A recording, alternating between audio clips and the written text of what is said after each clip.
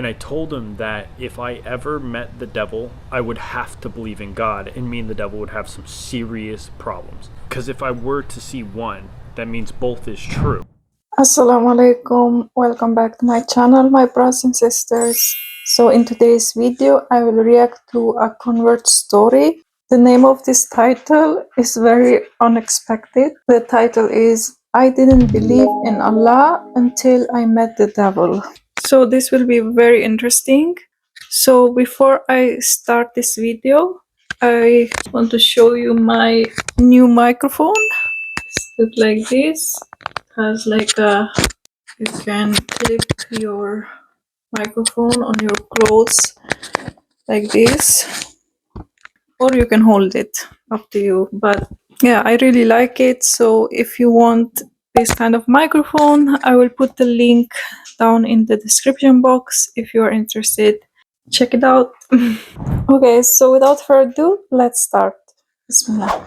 Out of everything in life that you can be and all these paths that you can choose, the last thing I thought I would be in life is religious. And I don't mean like spiritual or just believe in God in general. I mean actually religious. I was fully atheist. Now, I was raised in a Christian household, but I myself was atheist when I got out of that. And because all the negatives I saw within the Christian church, I just turned my back on religion and God in general. And what's really fascinating about that is the devil kind of hid for me. The shaitan, evil, these kind of things, they hid. They went into silence. They tried to not exist. Whereas God was always there, but I was just not looking. I wasn't paying attention, and to be fair, I was kind of ignoring it. And I was never religious, and I didn't believe in God until I saw the devil. Now, not believing in God until you meet the devil isn't random. And I remember speaking to somebody, I wouldn't call him a friend, but somebody I'd met, and he was a Christian, and he was telling me about Jesus and his faith. And I was hearing what he was saying, but I wasn't really listening. And I told him, I was like, look, I don't believe in both. I don't believe in God, I don't believe in the devil. And he responded that the devil's all around us, and how could I not see it? Now, he was correct, but it was kind of hiding from me, and I think it hides from people as well. And I told him that if I ever met the devil, I would have to believe in God, and me and the devil would have some serious problems. Because if I were to see one, that means both is true. And if both is true, that means I have to pick a side, and it's pretty obvious the side you're going to pick. So it was interesting point that he made, that if the devil exists, then God also must exist. And that's very true. Now, initially through my studies, I thought everybody had it backwards because of Christianity, the Christian perspective on God and Jesus and in hell and heaven. And because of the manipulation within the Christian Bible due to Constantine, it really made it seem like God is evil. Isaiah 45:7, I believe that's the correct verse, I don't have it in front of me, where the Christian Bible claims God is evil. God creates evil and makes evil happen. Now we understand God created everything, but as far as makes happen, that is due to Iblis or the shaitan. And that's just one verse, for example. There's many places within the Christian Bible where they have injected Mithraism for Christians to follow the sun god Mithras. This is a completely different conversation. I'll break it down one day. And this is what led me into the occult in the first place, is it just seemed like everybody had it backwards. Now, I do believe Christianity in different places of the country or different places of the planet are going to be completely opposite of this. But the churches I was raised around and saw were not good people. These were... Wait, they have churches for these kind of things? Like, I didn't know that. I had no idea about these things, so this is very interesting. They have like all kinds of churches, I guess. You can find so many different type churches, but this one sounds really evil. Like, were evil people, embezzlement, they were selling and trading substances back and forth, and everything I've seen was just bad. And so this is the main reason why I picked up the Lesser Key of Solomon and started studying the occult in the first place. So one day I decided just to jump into it. Things were kind of standing out to me. I was kind of getting pulled in this direction, and that's when I did my first ritual. Now, I'm not going to go into the details of the ritual because it's completely irrelevant, but I got experiences on the first one. There's something... Seems like, satanic rituals that you do to call out the devil required in every single ritual to make it work, and thankfully most people have it wrong. Most people don't know what this thing is, and I will never say what it is. But so I can understand in a way, because I was also an atheist. I was not involved in any religion. Even like as an atheist, like didn't know like if this kind of things were real at the time, but I never would try it. And I'm glad I never tried it. But just by chance, I put that thing in this ritual. And so the experiences were insane. Now, I wasn't a full believer when I did this. So keep this in mind. Like, I didn't fully believe in anything whatsoever. I was still fairly atheist. And that's why I didn't care to do the ritual. It's because I didn't fully believe in anything. And I wasn't even sure it was going to work in the first place. I was pretty doubtful, but I was open-minded and willing to give it a shot and see what comes out of this. Well, of course, it got an insane reaction. And that's where I felt panic mixed with curiosity, because one side of it was like, oh crap, I summoned a demon. What did I do? Was this wrong? Now, today I understand this is jinn, but I was questioning myself, like, did I do something really bad? What is going to come out of this? Is it going to be bad? And then the curiosity side mixed in. It's like, okay, can we do this again? And can we replicate it? And then what kind of results can we get by doing that?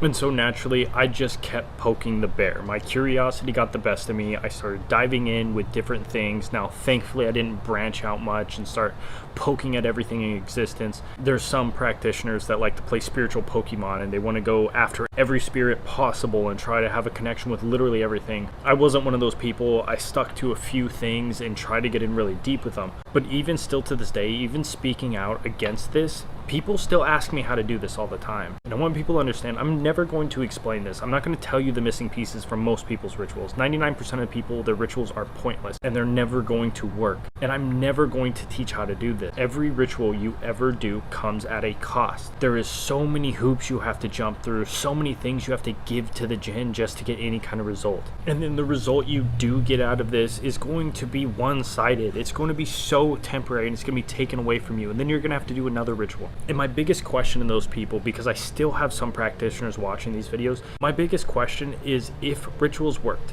if they were truly effective and you gained something out of it, why are people doing rituals for 40 years? Why are they doing rituals for 30 years? Why are they doing it at all? If rituals seriously worked and these occult practices weren't one-sided, why do people have to continuously do them over and over and over again? If they worked, your protection ritual would protect you permanently. Your money rituals would grant you money forever. Your love rituals, you would get married immediately and it would never divorce.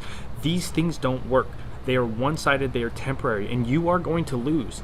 There's no way to win. You can't negotiate with the jinn. But that being said, I made that promise that day whenever I was talking to that individual, that if the devil ever showed himself to me, he made a big mistake, because that means he's real. And there's this big quote in the West, people might have it in other countries too, where they say that the biggest trick the devil ever played was that he hid that he existed, or something along those lines. It can be dangerous to think that the devil doesn't exist, because that is something that the devil actually wants from us. Like, the devil would not want us to think about that the devil exists, because then it's easier to manipulate us.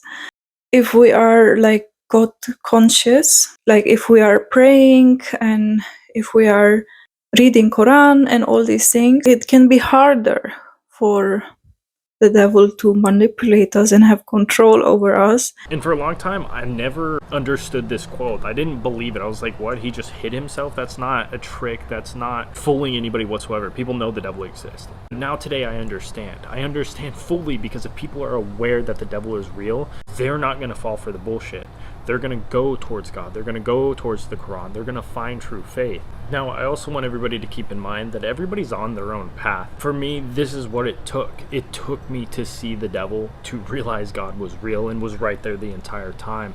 And it's because I went through every single other faith and studied all these different religions where I know the Quran is true. I can confidently stand by the Quran and I can never look away from it. And this is due to my curiosity and leading into darkness and leading into the wrong path and falling on my face over and over again is how I can fully say with confidence that the Quran is the truth. But I'm not sure, and I don't think anybody will ever know, if I was able to achieve the same result without going through all that failure. Was I able to just pick up the Quran and embrace it initially? Or did I have to go through all this? Now, the reason why I'm talking about this is so more people can understand. As we get closer to November, we're going to be seeing more people do the same thing that I did. As things get darker, as things get more challenging, as the division gets greater, as the darkness gets blacker, we're going to see more people realize where the light is. And more people that you may think are off the deep end may turn around very quickly. And I've been seeing this through my own experiences. Just going out in society, you're seeing people open their eyes. You're seeing people come to the light a lot more than usual. In my situation isn't uncommon. There was nothing unique about what I went through. And it's no surprise that we live in a pivotal point of history, but we are about to see a lot of people wake up.